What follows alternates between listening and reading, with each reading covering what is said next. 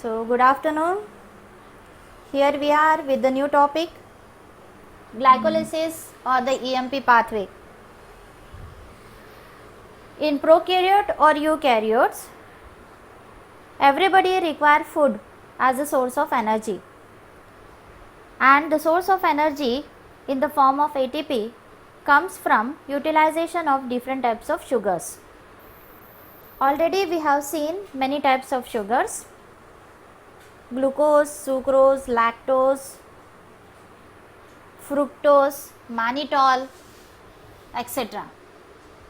So, these sugars, they are metabolized in our body or in the prokaryotic cell, and after metabolization it releases amount of energy which is usually stored in a chemical entity named as ATP molecule. So, the prokaryotes, you have three major pathways of dissimilation of sugars. So, first one is the Embden-Meyerhof-Parnas pathway, which is mostly used by eukaryotic cells including the yeast Saccharomyces. The another pathway, metabolic pathway, utilized by prokaryotic cell is a phosphoketolase or heterolactic pathway. This is also referred to as hexose pentose shunt, means these both cycles, they are operating at the same time. The third pathway is the Entner-Diodorov's pathway. These two we are going to see in detail. So, we are going to see all these three cycles of metabolic pathway in detail. Now, whether or not bacterium is a fermenting bacteria or a non-fermenter, it usually dissimulates sugars through one or more of these pathways, which we are going to see in table 1. So, different types of prokaryotic organisms operate or undergo the oxidative pathways of glycolysis, either the EMP pathway or phosphoketolase pathway or the Entner-Diodorov's pathway. So, different microorganisms like Acetobacter aceti, it performs or it undergoes a phosphoketolase pathway, but Agrobacterium tumefacium, it performs Entner-Diodorov's pathway. Similarly, you have this many microorganisms which we have already seen. Now, here you can see that Bacillus subtilis, it operates or undergoes oxidative metabolism of glycolysis as a major pathway, but it can also undergo phosphoketolase pathway too. Similarly, Vibrio cholerae undergoes Entner-Diodorov's pathway, but it can also utilize sugar by EMP pathway also. So, this is in short with respect to the prokaryotic organisms or different types of prokaryotic organisms, which metabolic pathways are usually observed. Now, today we are going to see the EMP pathway or Embden-Meyerhof-Parnas pathway. This pathway of glycolysis is very familiar to biochemists and eukaryotic biologists, as well as it is also very much familiar to brewers, the alcoholic industry people, bread makers and cheese heads, or those who make the cheeses. So, you have many different types of brewer like wine, then you have the rum and all those things. Then bread making, you already know it, and cheese heads means you have many types of cheeses. So, this pathway usually operates by producing ethanol and carbon dioxide, and there, because of that only, because of the production of carbon dioxide only, you will see the fluffiness in the bread. or in the cheese, and you will have a particular flavor, and it is because of the production of different organic acids. So these pathways, when the microorganisms undergo in bread making or in cheese making process, they liberate certain amounts of fatty acids like propionic acid, butyric acid and carbon dioxide, and it makes a bread a tasty one. The microorganism can also use a homolactic pathway in which it produces lactic acid. The best example is the curd making. So when you are preparing a curd, a inoculum is added, and this particular inoculum is acting like a microbe which converts the lactose sugar in the milk to lactic acid, and because of the production of lactic acid, you will have a sour taste in the curd. So many varieties of fatty acids, alcohols and gases are usually produced during the process of glycolysis in the microorganisms. Some end products of Embden-Meyerhof-Parnas fermentation, they are very essential components of foods and beverages.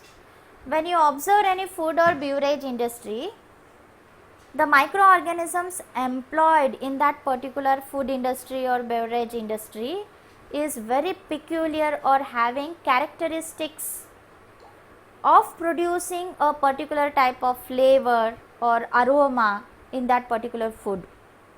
So accordingly, that type of microorganism is only employed in the industry, and few microorganisms which use a different pathway of utilizing sugar is also employed for producing industrial solvents, as well as they are useful in fuels also, like methane, etc. So now we are coming to the EMP pathway. So in EMP pathway, glucose is acting as a starter material.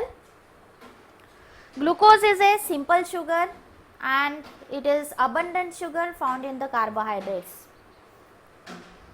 and it provides energy for the prokaryotic and eukaryotic cells.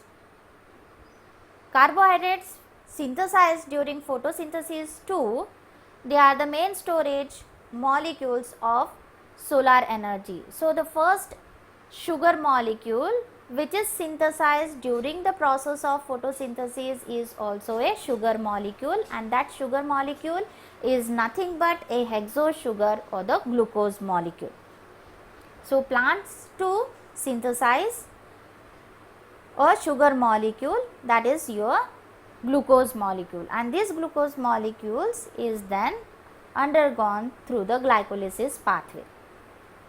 So when the animals or the grazing animals, particularly the cattle, when they feed on the green plants, they utilize this solar energy which is stored in the plants, and then when they are ingested, these complex carbohydrates are enzymatically hydrolyzed to monosaccharides such as the glucose molecule from the starch. So you know that the starch containing products like potatoes, the plant is rich in starch and cellulose, but cellulose is not hydrolyzed by humans or animals, but the microorganisms helps to hydrolyze the cellulose or convert the cellulose into glucose molecule, and then glucose molecule is metabolized in the animals and humans.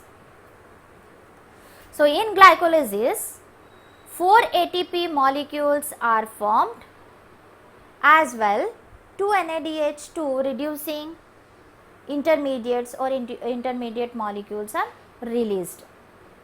However, in glycolysis pathway, 2 ATP molecules are consumed, and therefore there is only a net gain of 2 ATP molecules. This I will explain you when I will be explaining the pathway.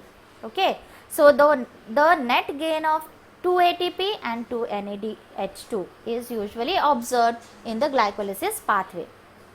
Now what is glycolysis actually? Glycolysis is a universal pathway which converts glucose into pyruvate or pyruvic acid along with formation of nicotinamide adenine dinucleotide NADH and adenosine triphosphate ATP. And this glycolysis usually occurs in cytoplasm of the cell. See, there is different location where the pathways occur. The glycolysis is occurring in the cytoplasm, but the Krebs cycle or citric acid cycle occurs in the mitochondria. So, the location of undergoing this metabolic pathway is also different. Glycolysis takes place in the cytoplasm of the cell.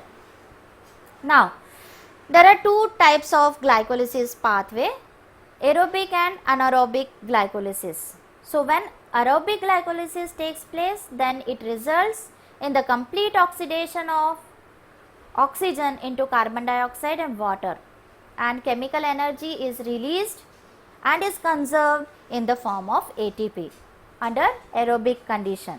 Okay.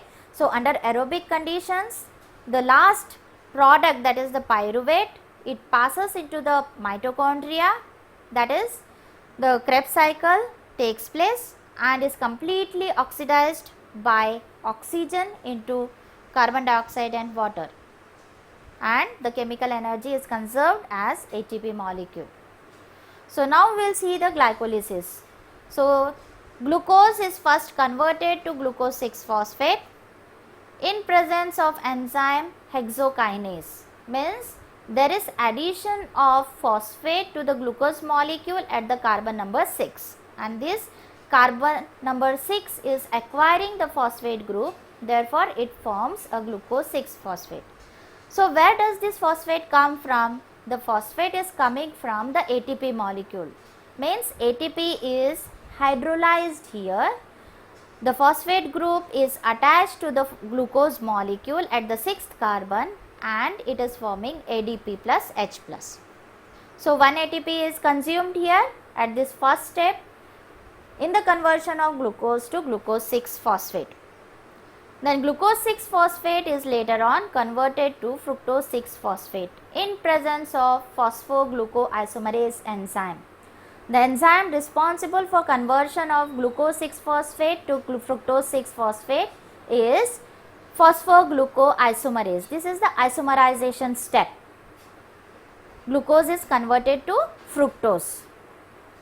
In the next step, fructose 6-phosphate is converted to fructose 1,6-bisphosphate. Bis means bi, or two molecules of phosphate are attached. So, the phosphate group is attached in presence of phosphofructokinase, and the phosphate group is coming from the ATP molecule. ATP hydrolysis is done, ATP is converted to ADP plus H plus, and that phosphate group is added to the first carbon of fructose molecule. You have already phosphate group at the 6th carbon. Now, the another phosphate group is added to the first carbon and therefore, it becomes fructose 1,6-bisphosphate. Now, the fructose 1,6-phosphate is a 6 carbon compound. In presence of enzyme aldolase, it is getting converted to either 2 molecules of glyceraldehyde 3-phosphate, or it is getting converted first to glyceraldehyde 3-phosphate and dihydroxyacetone phosphate. Now, this dihydroxyacetone phosphate is again converting the DAH, that is dihydroxyacetone phosphate, into glyceraldehyde 3-phosphate in presence of enzyme aldolase. So, the 6 carbon compound has now got converted to 3 carbon compound, that is glyceraldehyde 3-phosphate. Now, these 2 molecules of glyceraldehyde 3-phosphate is entering the next level of dehydrogenation in which glyceraldehyde 3-phosphate is getting converted to 1,3-bisphosphoglycerate. Now here again there is addition of phosphate group. So here what happens, the reducing agent, which is NAD, nicotinamide adenine dinucleotide, is acquiring the hydrogen and is getting reduced. So here you will get two molecules, since here you have two glyceraldehyde 3-phosphate molecules, so you will have two molecules of NADH, two molecules of NADH. So this again, this 1,3-bisphosphoglycerate in presence of enzyme phosphoglycerate kinase, it forms two molecules of 3-phosphoglycerate. So when it is shedding off one phosphate group, shedding off means removing of one phosphate group, the ADP is getting phosphorylated to ATP. Okay, the ADP is getting converted to ATP. Now since you have two molecules, you have got two ATP molecules. Later on, 3-phosphoglycerate in presence of phosphoglycerate mutase enzyme, it is getting converted to 2-phosphoglycerate, and 2-phosphoglycerate in presence of enolase enzyme is getting converted to phosphoenol pyruvate. So while doing so, water molecule is removed out, and this phosphoenol pyruvate in presence of pyruvate enzyme, it forms the pyruvic acid or the pyruvate. Now this, while doing so, from the phosphoenol pyruvate, the phosphate group is removed, and this phosphate is phosphorylating the ADP molecule and is converting ADP molecule to ATP. And since you have two molecules here, you will have 2 ATP. So here you have got 2 ATP molecules, and in the first you have got, so here you have got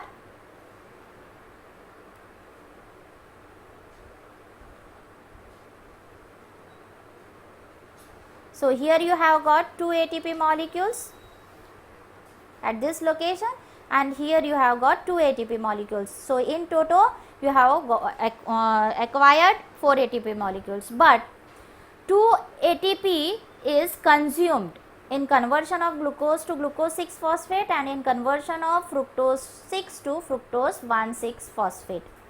So total the gain of ATP molecule is 2, and the total gain of NADH is 2 molecules of NADH. So this is your glycolysis pathway.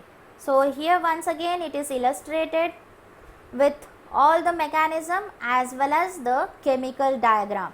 So this is your glucose in presence of glucokinase or hexokinase. ATP is utilized and it is adding a phosphate group at this location. Are you observing? The phosphate group is added at the 6th position of carbon. Later on, glucose 6-phosphate is converted to fructose 6-phosphate in presence of phosphohexose isomerase, in which now since it is a isomerase enzyme, the pyranose form is converted to furanose form. Okay, 5-membered ring structure. So at the carbon number that is at the 6th carbon you will have the phosphate group, but the ring structure has been changed. It has been changed from, that is, pyranose form to the furanose form. Later on, the fructose 6-phosphate is getting converted in presence of fructose bisphosphatase. So one phosphate group is added at the carbon number 1, and in presence of aldolase you will have 3-phosphoglyceraldehyde or dihydroxyacetone phosphate. So this dihydroxyacetone phosphate in presence of triose phosphate isomerase is converted into 3-phosphoglyceraldehyde, and this 3-phosphoglyceraldehyde is entering into the glycolytic pathway for further metabolic metabolism. So this 2 molecules of now 3-phosphoglycerate is converted to 1,3-bis phosphoglycerate in presence of enzyme dehydrogenase. So this is its structure. Then phosphoglycerate kinase is converting 1,3-bis phosphoglycerate to phosphoglycerate mutase, 3-phosphoglycerate. Then 3-phosphoglycerate is converted to 2-phosphoglycerate in presence of enzyme phosphoglycerate mutase, and then 2-phosphoglycerate is converted to phosphoenol pyruvate in presence of enzyme enolase. And from phosphoenol pyruvate you are getting the pyruvate by release of phosphate group, and this release of phosphate group is converting the ADP to ATP molecules in presence of pyruvate kinase. Now this pyruvate is entering into the Krebs cycle in the mitochondria. Okay, so this circular cycle is the Krebs cycle which is taking place in the mitochondria, and therefore in the aerobic condition the glycolysis pathway released in oxidation of the sugar glucose, that is glucose is completely oxidized to carbon dioxide and water, and pyruvic acid, when it is entering into the Krebs cycle, that Krebs cycle we will see in detail tomorrow. This Krebs cycle is also having different intermediates, and this intermediate finally again it forms the pyruvic. So this is your cyclic process which is taking place in the mitochondria. So now we will see step by step once again in detail. So EMP pathway is named after the discoverer Gustav Embden, Otto Meyerhof and Jakub Karol Parnas. So the 6-carbon compound glucose is split into 2 molecules of pyruvic acid, that is 3-carbon compound, and this process is called as the glycolysis or the EMP pathway, and it occurs in the cytoplasm. So what are the reactions which are taking place in the glycolysis? First, the glucose is phosphorylated with ATP to form glucose 6-phosphate and in presence of enzyme hexokinase. The second step is glucose 6-phosphate is isomerized to fructose 6-phosphate by enzyme phosphoglucoisomerase. The third step is fructose 6-phosphate is then phosphorylated using ATP. So the another molecule of ATP is being consumed or utilized to form fructose 1,6-bisphosphate, and this reaction is catalyzed by phosphofructokinase and ATP is dephosphorylated to ADP. The fourth reaction is fructose 1,6-bisphosphate is cleaved by the enzyme aldolase to 2 molecules of 3-carbon compound dihydroxyacetone phosphate and 3-phosphoglyceraldehyde. So these are the 2 triose molecules. These 2 triose molecules are interconvertible by the action of triose phosphate isomerase, means DHAP can be converted to 3-phosphoglyceraldehyde and 3-phosphoglyceraldehyde can be converted to DHAP, dihydroxyacetone phosphate. So this 5 series of reaction constitutes hexose phase, and now it produces 2 molecules of 3-carbon compound. So till then we had hexose molecule containing the 6 carbons, but after the conversion of that is dihydroxyacetone phosphate and 3-phosphoglyceraldehyde, usually now this compound is a 3-carbon compound. So the ATP is consumed here, and then the next step, the fourth step is molecule of 3-phosphoglyceraldehyde is phosphorylated and oxidized to 1,3-bisphosphoglyceric acid or glycerate in presence of 3-phosphoglyceraldehyde dehydrogenase.